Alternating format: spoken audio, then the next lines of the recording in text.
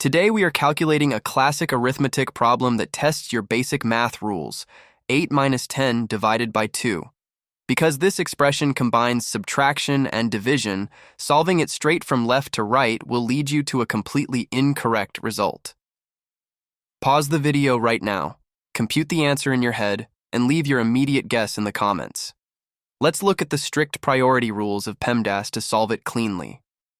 Before doing any arithmetic, we must determine which operator holds the highest legal authority.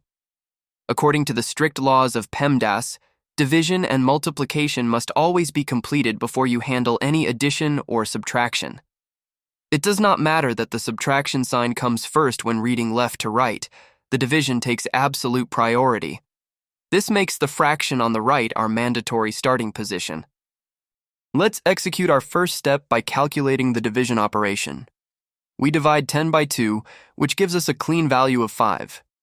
Now we drop that result right back into our expression, updating our running layout. This collapses our problem down to a single simple calculation, 8 minus 5. Now we perform the final subtraction step to finish the problem. Subtracting 5 from 8 gives us our definitive, undisputed final total of exactly 3.